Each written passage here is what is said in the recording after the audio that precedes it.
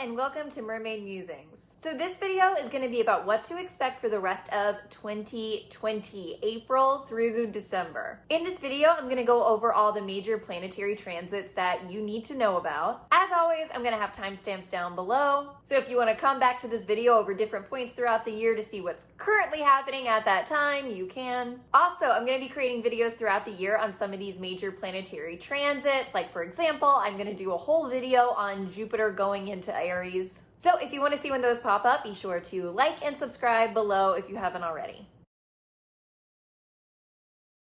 This is the year of retrogrades. We have 4 Mercury retrogrades going on throughout the year. Yes, you heard that right. The first 3 Mercury retrogrades of the year all start out in air signs, just like they did last year. All 3 Mercury retrogrades are doing the exact same thing, where they start out in air signs before eventually retrograding back into earth signs. So we're starting off every Mercury retrograde more in the mental realm. More in ideas that you can put words to, but you can't necessarily physically grasp, before asking ourselves, how do we take those ideas and ground them? How do we turn those ideas into a reality? So having this triple dose of air and earth energy is really powerful. It's helping us to build tangible ideas for ourselves. So you want to pay attention and really try to work with the Mercury retrogrades this year, because they can be extremely productive if you allow them to be. The final Mercury retrograde of this year happens in the sign of Capricorn, which is what the first Mercury retrograde of the year that we've already experienced moved back into. So we're really coming full circle on these retrogrades by the end of the year. The other main retrograde to look out for is Mars retrograde later this year, and that one's going to be a doozy because it's going to be retrograding for a long period of time. Throughout the whole year, really, you want to pay close attention to retrogrades because that's going to tell you when you want to move forward and when you want to reevaluate. Currently, through April 29th, there are no retrogrades. So while there's other frustrating things going on in the sky during this time, when it comes to retrogrades at least, we're like all systems go. Because every planet is direct, so right now there's a lot of forward momentum. There's no planet in the sky that wants us to stop and reevaluate. They all want us to move forward, so be sure to do that. Right now is a great time to get things done. It might feel like there is too much on your plate, like you have too much stuff to get done and it's impossible to accomplish everything. Just know that that's okay. Even if you don't get done everything that you want to get done, as long as you're staying in forward momentum and getting as much done as possible, then you're working with this energy correctly. It's when you stop and reflect on something that you don't need to be reflecting on and you spend your time over analyzing that you're going to get stuck and frustrated. Now's the time to take action. And when you take action, you're sometimes going to make mistakes. But you're meant to reflect on those mistakes later. Right now, just make the mistake. Push past all that fear, anxiety, and doubt over messing up and just focus on being productive. This is some of the most, if not the most, productive energy of the year, so be sure to take advantage of that. Get as much done as possible. Your future will thank you for it. In the second half of this year, there's going to be a ton of retrogrades. There's other planets in retrograde before then, but it's really in July and into fall when retrogrades start taking over. So you need to take forward momentum during the first half of the year and spend the rest of the year tidying up what you've already accomplished. This energy wants you to get a lot of stuff done. It wants you to be extremely busy, and then it wants you to slow down. Take your time finishing up what you've been working on. Go back over it to make sure it's up to the caliber that you're capable of. Carve out time to rest and relax so you don't get burnout. Right now, it's about moving forward, and then the second half of the year is about reevaluating.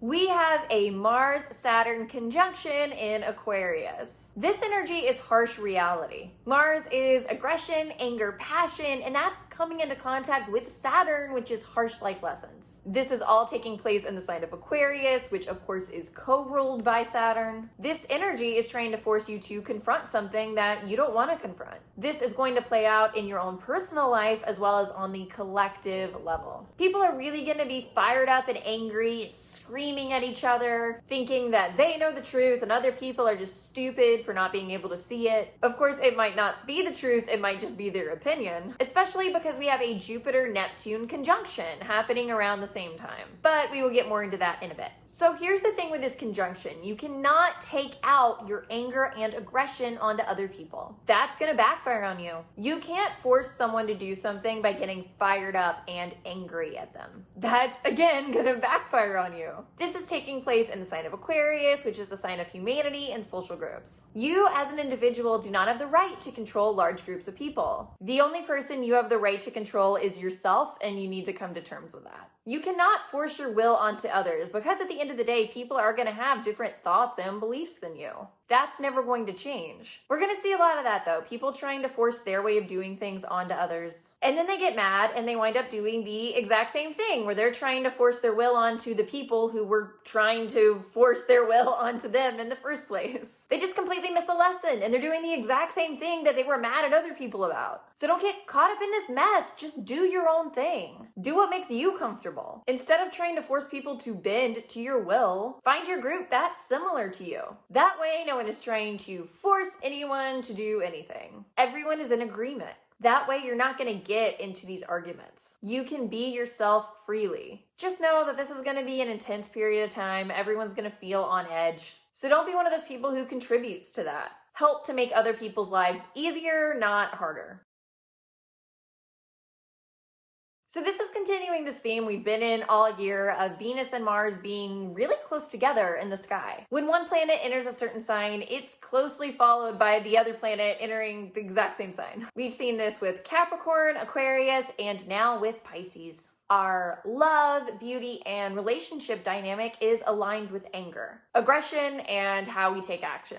Capricorn was about harsh life lessons. Aquarius was about shaking things up. And now Pisces is all about expanding our emotions and our empathy. It's about leaning into that part of ourselves and not feeling embarrassment or shame about it. Being sensitive and having empathy for other people are both important parts of the human experience. This is really showing us that we can take action and move forward without having to become cold-hearted and give up our humanity. We can still accomplish our goals while remaining a good person. It's often through love and generosity that we accomplish great things. If you have to give those up in order to be great, then in reality, you're not great. You're missing parts of yourself that you gave up along the way, probably for stupid reasons, even though you didn't see it that way at the time. So this is our third chance this year to learn how to work with our love and action going hand in hand. Leading with love is the best way to lead. People will be more likely to follow you, to support you, when they know that you're a good person who deeply cares about them. So work on being a good person during this time who treats other people with kindness. That's how this energy will work best for you. That way you can take the lessons you've learned and be an even better person once these transits are over. Also, keep in mind that Jupiter and Neptune are both in Pisces. So we have a lot of Piscean energy going on around this time. Venus entering Pisces is really the first time that Venus has felt more comfortable all year. First, we had Venus retrograde in Capricorn, plus it was hitting some really harsh aspects once it was no longer retrograde. Then with Venus in Aquarius, it was forced into some uncomfortable positions. It spent a lot of time between Mars and Saturn in the sky. Now that Venus is in Pisces, it feels more comfortable. It feels more free to express itself. It can do what it wants without all those restrictions on top of it. So whatever house Pisces occupies in your natal chart, that's an area where you're gonna feel awesome right now. Especially because we also have Jupiter in Pisces there. So really lean into that area of your life being as pleasurable as possible. Find enjoyment there. You deserve it. Plus, this is a hard year in many other areas, so you need to lean into where you find joy as much as possible. If you don't find that balance, then you're gonna be miserable.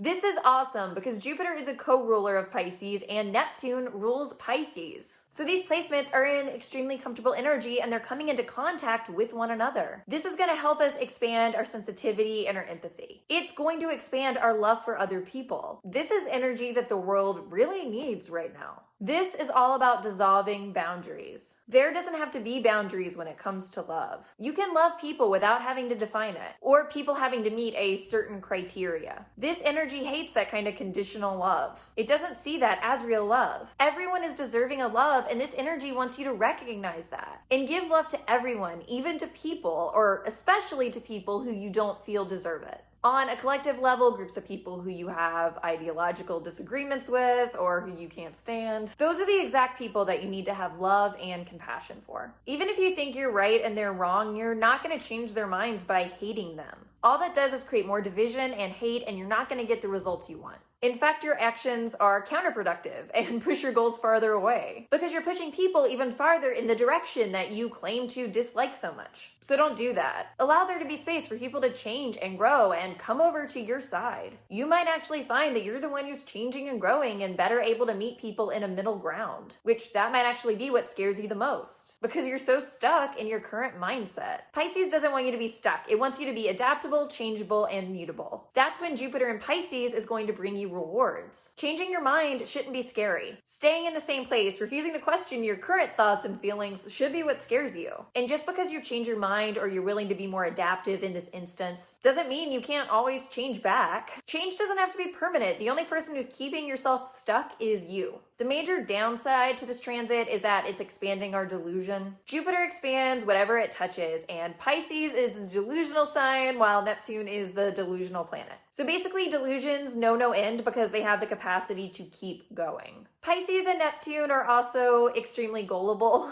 Sorry, Pisces, but it's true. So people are going to be more easily deceived during this time. People are more willing to buy into lies because the lies feel better than the truth. So whatever's going on during this time, just know that it's not reflective of what the truth actually is. Be cautious before you buy into something and don't make up your mind about a certain idea right away. Because you might not be seeing that idea clearly and you need to wait and relook at it later on when you can actually see it through a truthful lens. When it comes to you personally, whatever house Pisces occupies in your natal chart, that's where you already experience some form of delusion, and that's being expanded upon right now. So be cautious in that area of your life. I wouldn't make any permanent decisions regarding that area because you might regret it later on. On a lighter note, this transit is going to expand our need to escape. So people are probably going to want to party a lot more during this time, and that's totally fine. Partying can be fun as long as you don't take it too far, which there is a danger with doing that with this transit as, again, Jupiter expands, so people might continue to expand their partying till it gets them into trouble. We're also going to see more people get into virtual reality because they're literally trying to escape from this world. Also, the arts is something that people are going to be more pulled into, whether they're creating it or consuming it. Going into an artistic space is a healthy way of processing this transit. I also feel like people might get back into fantasy type stuff during this time. Anything that helps you escape to another world is going to be big during this transit. At this point, it's not like we're in retrograde season or anything like that yet, but we no longer have all planets direct in the sky. So this is when we're going to start to get some pullback to where we need to re-examine certain parts of our lives. So get ready to slow down once this happens. Keep in mind, we have Mercury retrograde coming pretty soon after Pluto goes retrograde, which I'm going to talk about Mercury retrograde in a little bit. So right now, before April 29th, this is really your opportunity, kind of like I said near the beginning of the video, to get all your ducks in a row. Take care of everything that you could possibly take care of because you're gonna start to have delays and setbacks. This is still a more active period because we only have one planet in retrograde, and that planet happens to be the slowest moving planet in the sky. Yes, I know that Pluto's technically not a planet anymore, but I don't care. So be active right now. Get done what you can get done. Just know that this is the beginning of the ending of your super active period and the start of your rest and reflect period.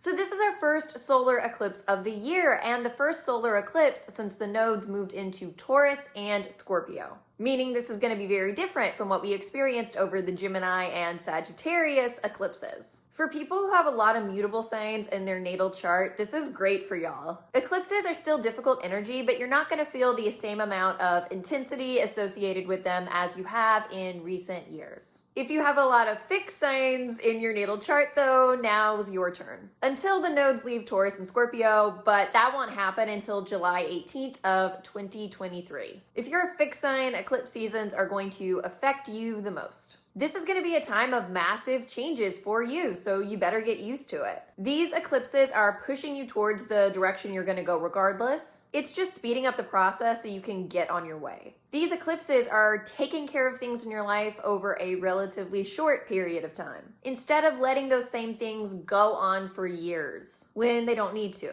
which is something fixed signs have a tendency to do in their life anyway, so that once again piles on to make this energy even more difficult for you. But it's gonna help you out in the long run, trust me. This speeding up of the process, while it's difficult and it feels like a lot while it's happening, because you do have a bunch of major changes happening all at once, you're taking care of everything so you can move on to what you're meant to do and where you're meant to go faster. It's sort of like, when you're walking through an airport and there's those ramps that you walk on to get you to your flight faster, which it kind of feels weird to walk on something that's moving, but it's awesome. That's what eclipse seasons are going to feel like for you until the nodes move into Aries and Libra. So don't freak out about the changes that are coming to you, and that goes for everyone, not just fixed signs. Because those changes are ultimately for your benefit, even if you don't see it that way at the time. There's nothing you could do about what eclipses throw at you, so you might as well just accept it and get moving on your way. Don't stop on the walking ramp that's moving you forward. Walk along with it and get to your destination faster. Last point I'm going to make about this solar eclipse is that the North Node is conjunct to Uranus. So expect a doozy of an eclipse. This is not easy energy to work with. Everything I just said about eclipses, expect that, but a more extreme version than normal. Basically, the walk-in ramp isn't moving at a safe speed. It's gonna feel like you're already walking on it, and then halfway through the ramp, it kicks up into high gear, and then you're just trying not to fall down. I'm legitimately not trying to freak you out because, like I said, these changes that are happening are ultimately for your own good. And they're gonna happen no matter what, so you might as well not be freaked out by them and go ahead and get them out of the way. Be prepared that you're not going to be prepared, and roll with whatever sudden changes come to you.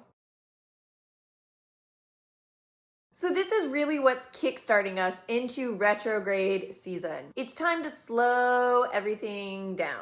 Though that's hard to do because this Mercury retrograde starts out in the sign of Gemini, and Gemini's wheels are always spinning. Their mind can never be bored, so retrogrades are like torture to them. Your mind is probably gonna feel extremely uncontrollable. Like it's all over the place and you can't settle on anything. You're trying to catch up on work, but you can't get anything done. That's why, in a way, while Mercury retrograde is in Gemini, it's less about taking action and more about communication. Whether that's productive or just to have fun. Use this time to talk out ideas with other people. Getting other people's ideas or input on what to do is going to help you because they might have thoughts or ideas that you never would have come up with on your own. Or even just the act of talking it through with other people might kickstart some ideas in your brain that you wouldn't have thought of otherwise. On the flip side, this is a great time to reach out to people who you haven't talked to in a while. Reach out to old friends and ask how they're doing. Use this time as a means of staying in contact with people so you don't fall out of touch with them. Once Mercury retrogrades back into Taurus, it's time to take those ideas on how to fix problems you had during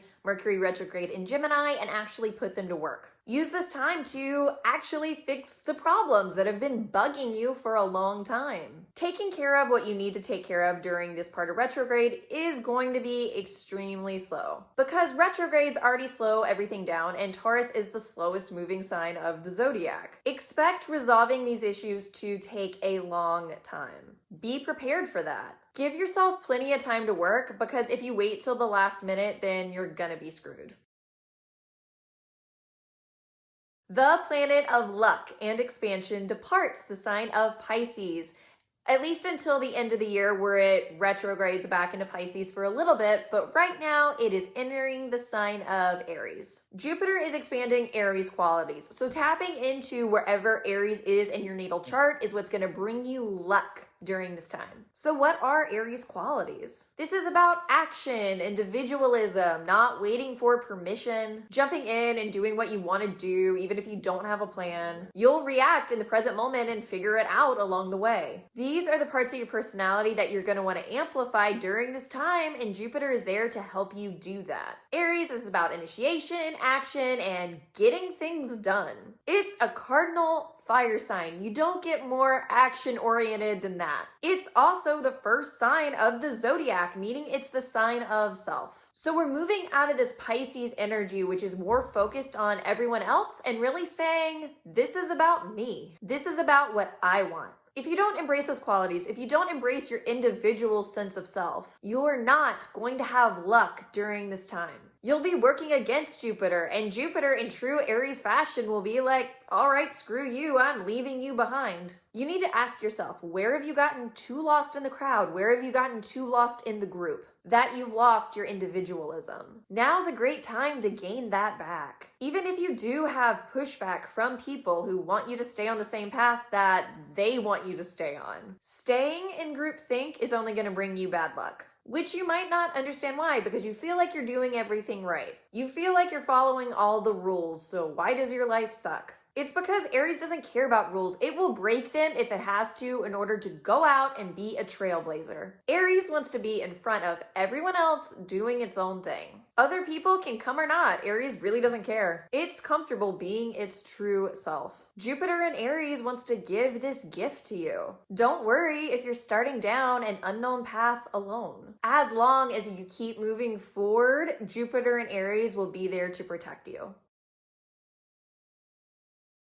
This is our first lunar eclipse in Scorpio since the nodes shifted. We had our first lunar eclipse on this new axis back in November of 2021, but that was in the sign of Taurus. It was sort of like a preview of what's to come over the next couple of years. This eclipse is super heavy because it's almost in an exact square to Saturn in Aquarius. They're only 1 degree apart. This continues into this theme of fixed signs getting their butts kicked this year. If you have a lot of fixed energy, I'm sorry. It's not an easy eclipse, and I mean, eclipses are never easy. But the fact that it's touching Saturn, which is harsh life lessons, and the way that it's interacting with Saturn is through a square, which squares cause tension, just piles on to the difficulty. There's going to be this tension with learning the lessons that you need to learn during this eclipse. Basically, people aren't going to want to learn their lesson. They're going to fight against it. You're going to have people pushing to act as if nothing has changed and they can go back to acting the same way that they were before. But that's not possible even if you haven't realized it yet. So this energy might feel like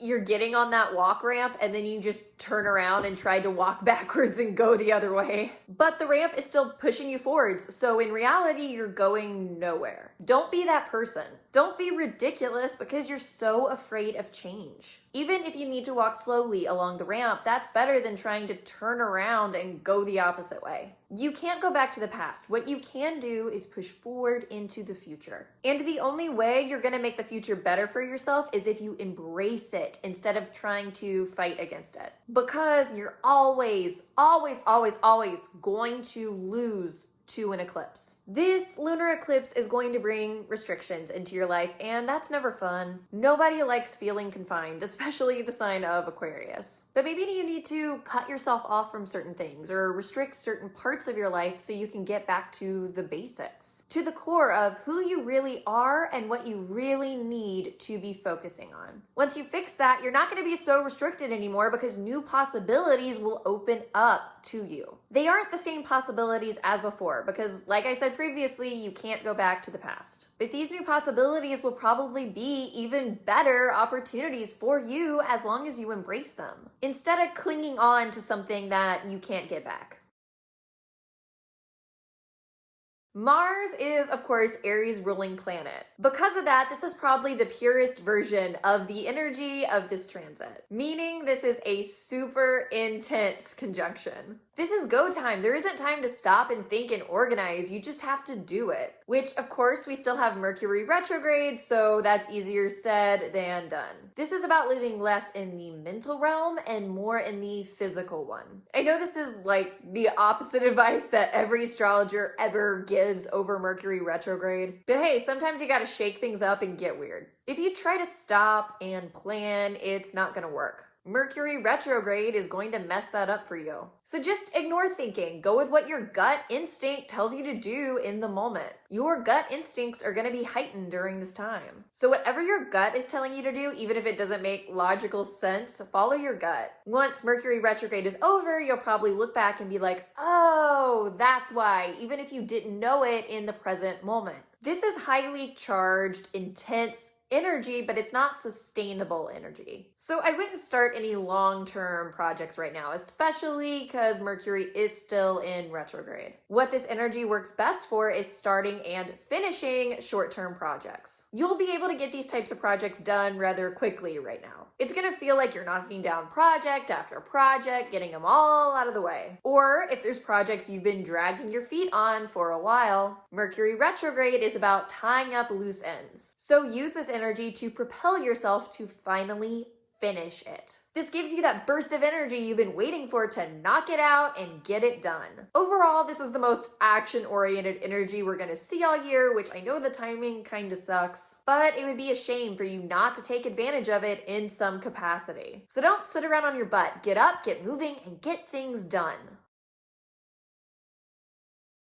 The day after Mercury retrograde ends, Saturn retrograde begins. I would much rather have Saturn be retrograde though than Mercury, so I'll take it. This isn't going to impact your life that much. I just thought I would mention it because it is interesting that it's happening the day after Mercury goes direct. It's almost like we're trying to balance energy in the sky. Now is a great time to rethink the lessons you've been learning all year. Where can you deepen your understanding of those lessons? What details of those lessons did you maybe miss while you were experiencing them? Saturn retrograde wants you to uncover that. If you take the time to do this, then you're gonna have an easier time moving forward. Because Saturn would have to force you to learn the same lessons again. You've learned it, meaning you're not going to repeat it, so you're ready to move on to something else. Learning to re-examine your mistakes with humility is a big theme of this retrograde. Learn how to examine your mistakes without placing blame on other people. Even if the other person messed up too, it's still important that you learn the skill of being like, all right, but here's what I could have done differently based on what it was in my control to do.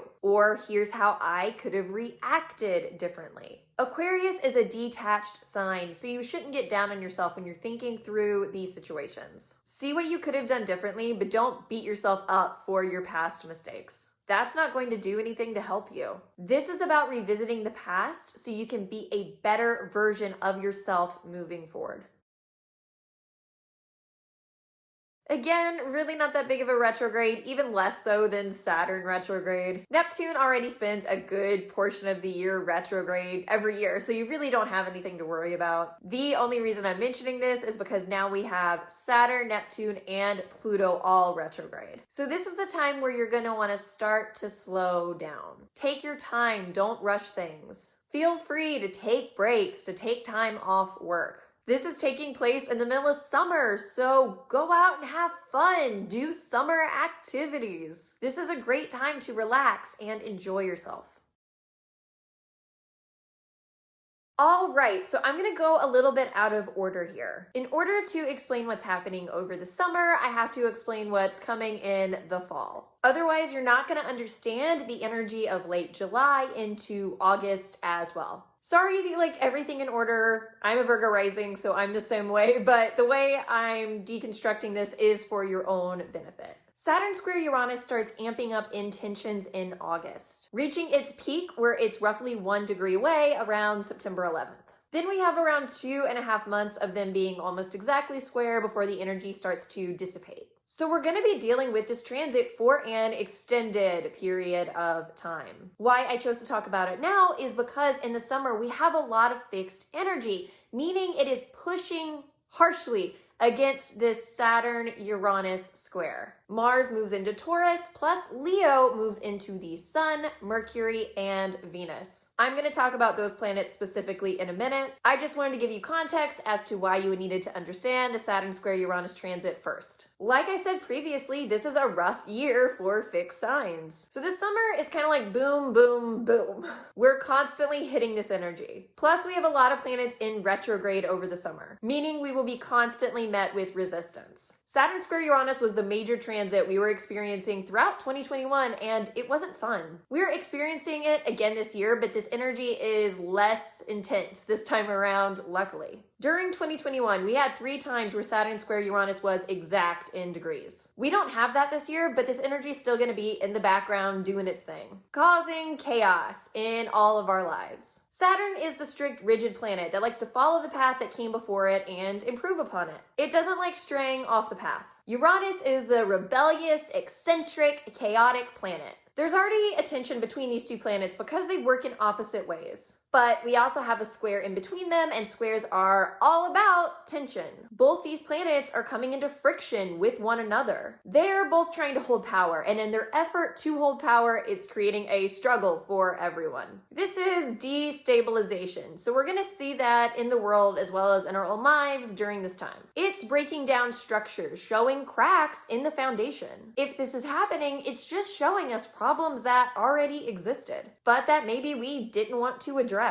This is more forcing us to confront the problem rather than creating the problem. But everyone gets mad at the messenger, right? Whatever is being destabilized needs to be fixed. You can't just ignore it. If you try, the problem will persist and continue to get worse. So don't try to build the house up in the same way as before. Remodel the house so it's livable again. This is tension between the old way of doing things and completely throwing that away so you can come up with a new way of doing things. The answer is somewhere in between these two extremes. The old path is not getting you where you want to go, but you don't then want to just take the first different path that you come to because you have no idea where it leads, and that path might be taking you in the complete opposite direction of your destination. So we need this balance of the old and the new. Even if there's tension between the two, working within that tension, even though it feels extremely uncomfortable, is what's going to bring you the best results. Sticking to what's comfortable is going to mess you up even if you can't see it in the moment.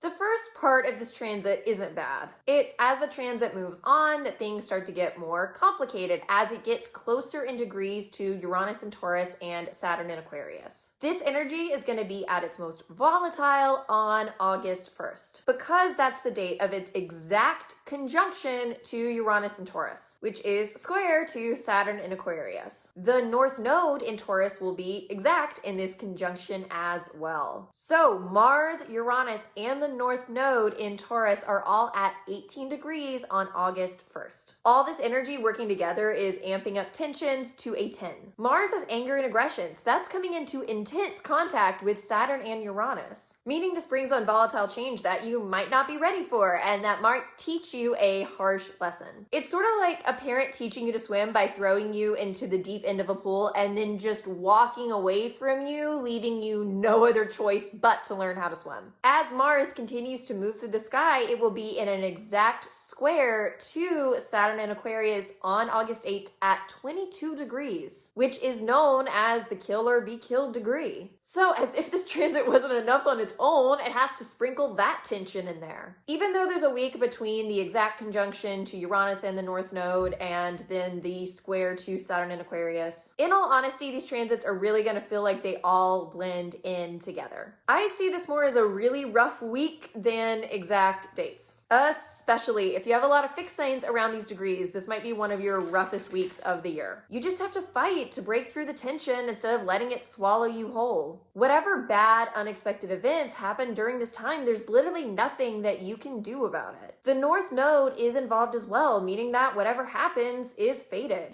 It's what you choose to do after this time. It's how you push forward past these events that really counts. Whatever karmic destiny happens to you, you still have free will. So you have the choice of how you respond to it.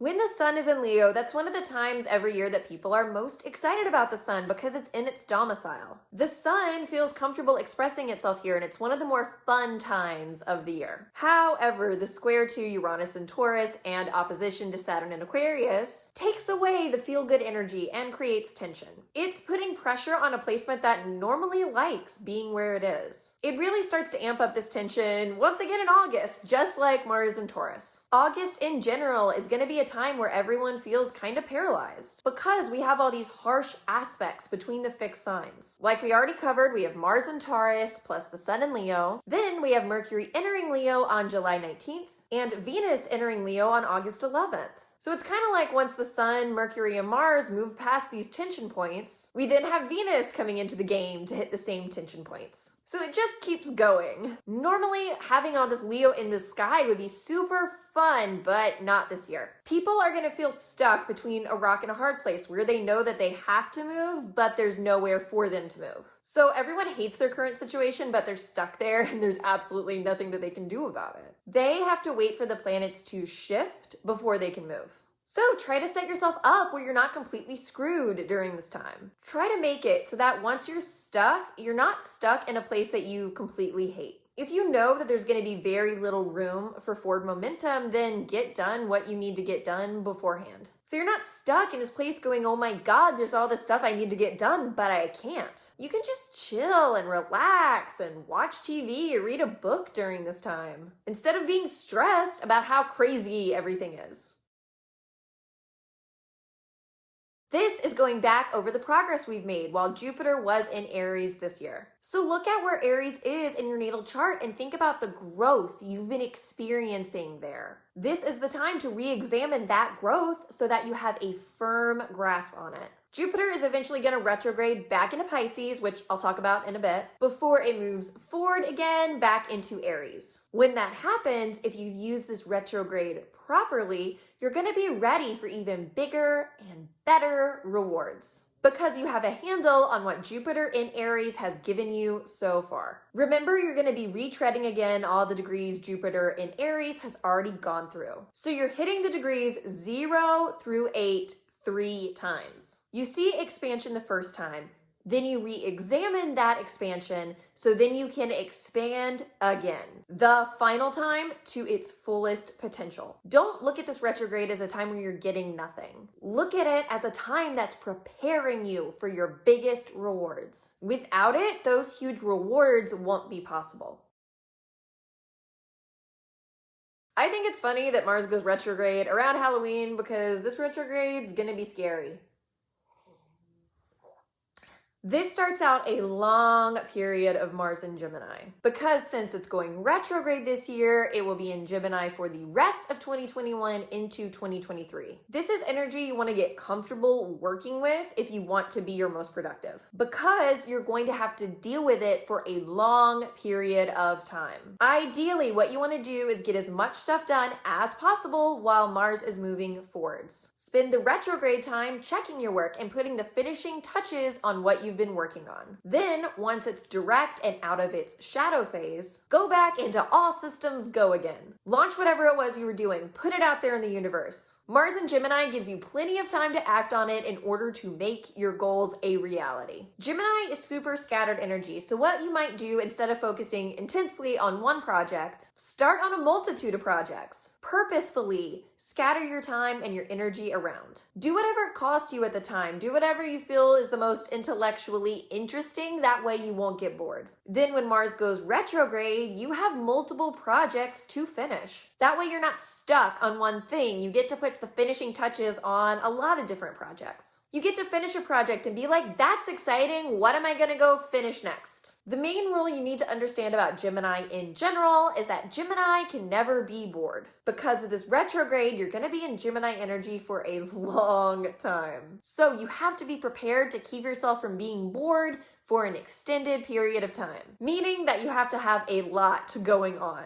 If you don't have multiple projects to work on, then you're gonna get bored and you're not gonna be able to get anything done, because you're gonna find yourself distracted by something more exciting, which you're gonna follow that instead because it doesn't bore you in the present moment, instead of going after what your actual goals are. So if you wanna make progress, purposefully scatter your attention and your energy around. Being consciously aware that you're doing this prevents you from becoming a jumbled up mess and keeps you on track towards your ambitions.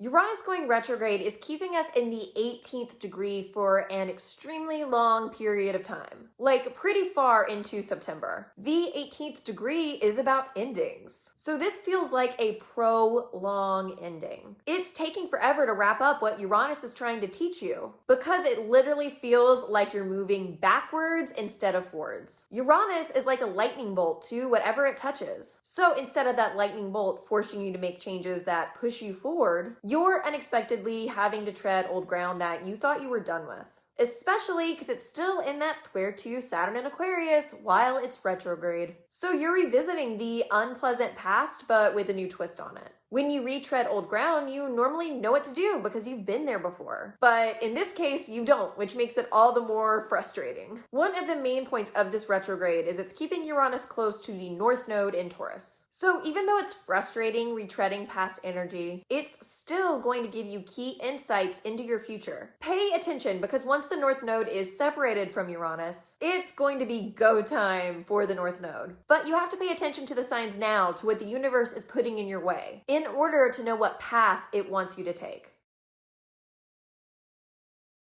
Like I said previously, this follows the same pattern of beginning in an air sign before retrograding back into an earth sign. You're going from living in your head to living in reality. This goes from the idea to how you implement the idea. You want to spend the time Mercury is retrograde in Libra thinking through your ideas, and spend the time Mercury retrograde is in Virgo to figure out how to make them a reality. Libra is all about being able to see both sides at once. You want to weigh the pros and the cons of it all. Think about how other people will think of your ideas. Look at them from every angle. Once you work through that and Mercury moves into Virgo, this is about going over all the little details you might have missed. This is about looking for those slight improvements that most people are going to overlook. But ultimately, what distinguishes your work from good to fantastic? You want to be fantastic. Virgo is a perfectionist and doesn't accept anything less. So hone those perfectionistic tendencies within yourself.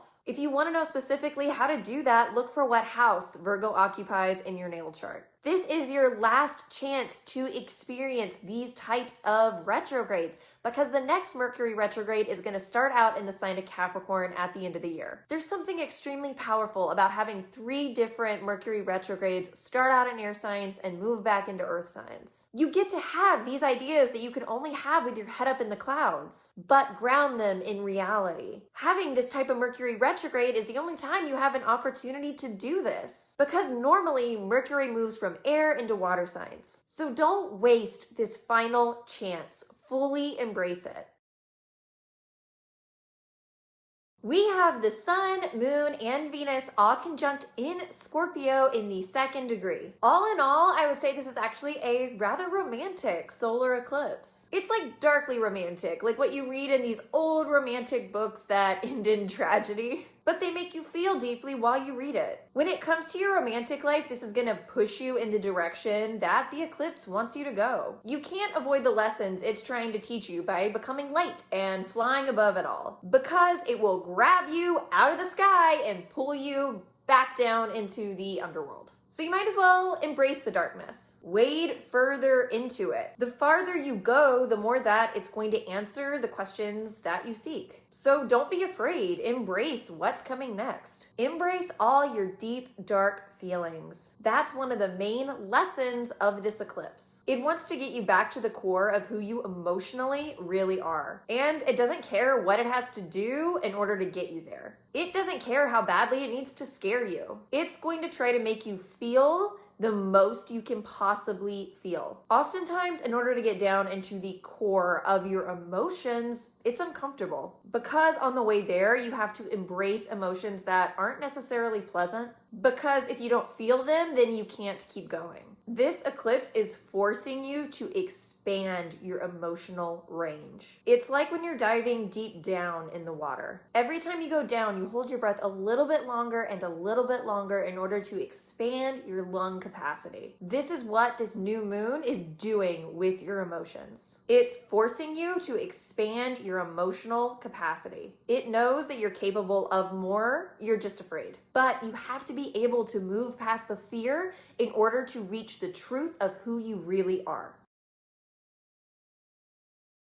This is a pretty short transit, so you want to take full advantage of it, because it only lasts until December 20th, and then it's going to be another 12 years before Jupiter moves back into Pisces. So don't let this opportunity pass you by. Jupiter, in a way, is calming us down again. It's moved from fiery Aries to watery Pisces. So once again, our luck is dependent on our emotional sensitivity and empathy. Luckily, we just went through the Scorpio eclipse, so we already had this jolt to work on getting us into our feelings. Now, Pisces is going to help you expand upon that even more. Work on embracing the Pisces side of your personality. It's okay to be vulnerable and put your armor down. You don't have to be ready for a fight all the time. We're already in some pretty tricky transits during the later part of the year. So look at Jupiter in Pisces and the Scorpio eclipse as to what keeps you emotionally connected. They're what keeps you from detaching from your emotions as a coping mechanism. While detachment might feel good in the present moment, it's never going to help you in the long run.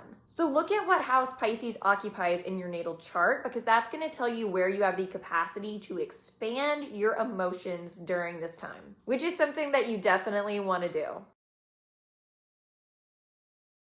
There's a lot going on with this eclipse because the moon is in conjunction to Uranus and the sun is in conjunction to Mercury. Once again, eclipses are volatile energy in general, and we are taking that to a new extreme. Uranus is hitting that volatility with a lightning bolt, and Mercury is the planet that moves the most quickly. Mercury is very flighty, so this energy is going to be kind of all over the place. You're not going to know what to do or where to go. You're going to be thrown into chaos, which frankly is not something that Taurus likes. Taurus is the most calm, stable sign of the zodiac, and all that stability is getting ripped out from under it. This is almost leveling things, so you have to build that stability all over again. But what you have to understand is whatever this eclipse takes away from you was never stable in the first place. You just thought it was. This is giving you a chance to build real stability, real security. But in order to get that, you have to start from the bottom again. This eclipse is basically taking a wrecking ball to your house, and now you have to go and build the foundation to your house all over again. But don't worry, because the house that you build is going to be way better than the house you had before. It's going to be more well constructed and more solid. So whatever happens to you during this time, instead of becoming upset and complaining about it, where you get nothing done, say to yourself, it's okay because I can rebuild that. This energy is like you bought a prefab home, which is fine, but now you get to build your customized dream home. If you remember what I talked about during the Jupiter retrograde in Aries portion of this video about re-examining so you can expand bigger and better in the future, now's the time where you get to do that, where you get to be even bigger and better. You get to be bolder in how you utilize Jupiter and Aries. You should already have a grip on how to work with this energy now. So this is like all systems go. You know what you're doing, so you're ready to move forward and not look back. I think this section of Jupiter and Aries is going to be even more fun than it was before, so embrace the fun. Keep in mind, we also have Mars in Gemini. These two energies work really well together. Even though Mars in Gemini is in retrograde, there's still a lot of kid-like energy in the sky. So embrace your inner child. That's going to be good for you. Discover that childlike sense of wonder again. Even with all the other intense energy going on in the sky, there's still fun and excitement and adventure to be had. Mercury is going retrograde in the sign of Capricorn in conjunction to Pluto in Capricorn for the second time this year. Except this time it starts out in the sign of Capricorn instead of retrograding back into it. You want to think back to January of 2022 because that's going to inform you of many of the things to come during this retrograde. This Mercury retrograde is really about getting yourself together, looking at the areas of your life that are difficult and that you don't want to deal with. But you have to. That Pluto conjunction is all about transformation. The beginning of this year had many similar Capricorn-Pluto themes. So what did you not fully transform that you were meant to? Where did you not go as far as you possibly could have gone in your transformation? That's the note that we're ending this year on. If you work on this part of yourself, then you're setting yourself up for success in 2023. So that is it. I hope you enjoyed this extremely long video. Hopefully it's helpful for you to know what's to come so you can plan out the rest of your year in order to best utilize 2022. If you enjoyed this video, please do me a big favor and be sure to like and subscribe below. Also, drop in the comments what kind of astrology content you want to see me do in the future because I might just do that. Be sure to follow me on social media. I am most active on my TikTok and on my Instagram. If you like transits, I post about them pretty consistently on my Instagram, so that's probably the best platform for you. Anyways, I hope you have a wonderful rest of 2022.